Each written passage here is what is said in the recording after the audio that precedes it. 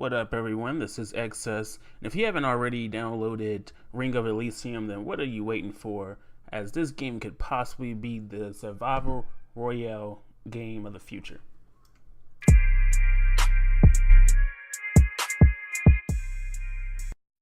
Ring of Elysium is the new PC battle royale game. It's been out for a few months now, and it was made by Tencent, the same people that made Pubg app for Android and iOS. It is kind of right now a closed beta and restricted to gamers in Thailand, and it may be a few countries now that it has been updated.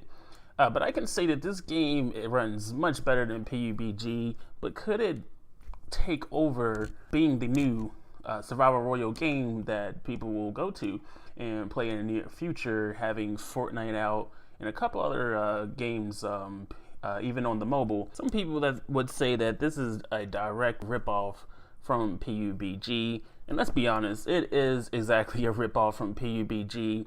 But at this time, it seems that this game is a lot crisper than Pubg.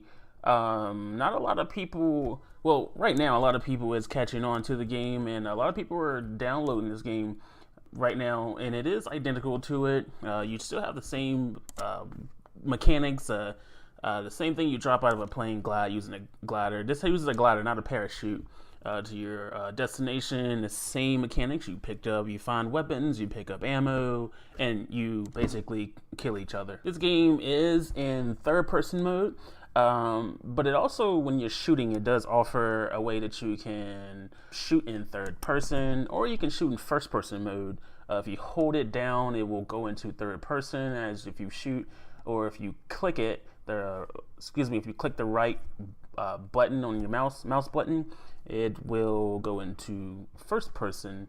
It does offer some advantages. If you have a 4x scope on your weapon, obviously you can't shoot close up. It'd be kind of hard. If you just shoot in third person, you can pretty much use that gun in third person. It'll be a lot easier if you're using a shotgun or anything like that. So it does offer some advantages. Whether if you don't have a scope on it, it's kind of hard to see in that first person using the iron sights if they're kind of far away, and you can just use a third person. So I kind of like that feature. The overall game of this is pretty easy mechanics. Nothing really confusing about this game. It's pretty simple, and some people will find it fairly easy.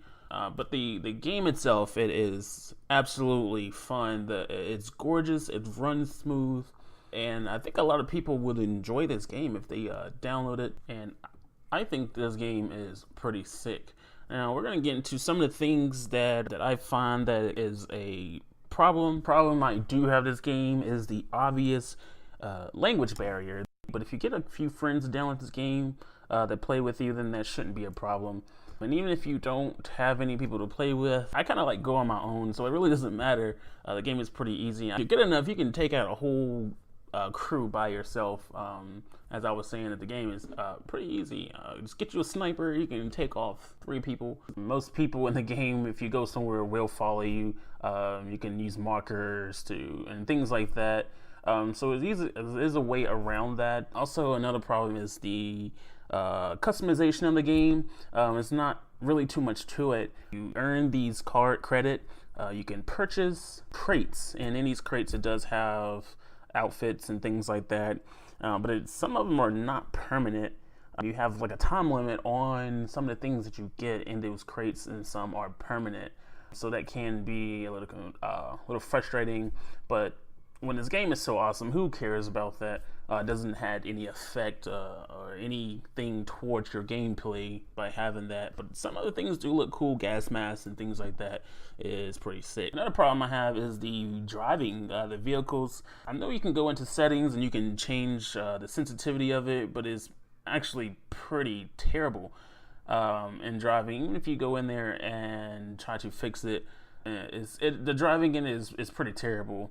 I try not to do it so much. Use the car, maybe they make that for a reason hard, so you can't really run people over. But I find myself getting ran over quite a bit when I am facing a vehicle and I'm on foot. So I'm not sure what that's about. And final, on some of the weapons, when you use first person, you don't have a scope on it.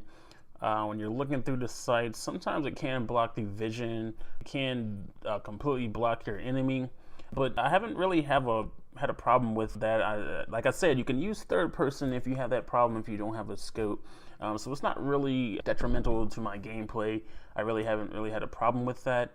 But it's one thing that some people will pick out. And I've heard other people who play this game that is a problem. But this game, like I said, is it really a PUBG killer? Can it replace Fortnite? And well, my answer is no. I don't think that this game will replace it, because I know there's a lot of hardcore PUBG fans out there, and if they do and they pick this game up, they probably wouldn't replace with this game. But it is an awesome game. It does run smooth. There's a lot of mechanics that I do like about it.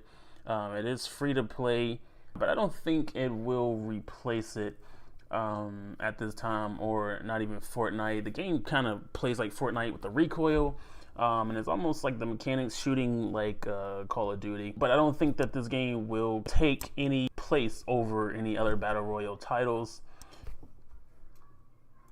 But this game does have a lot of potential, and hopefully in the future, maybe we'll see this game pick up. A lot of people hopefully will be playing it, because I really like the game, and I would like for a lot of people in the US to play this game. Take it easy.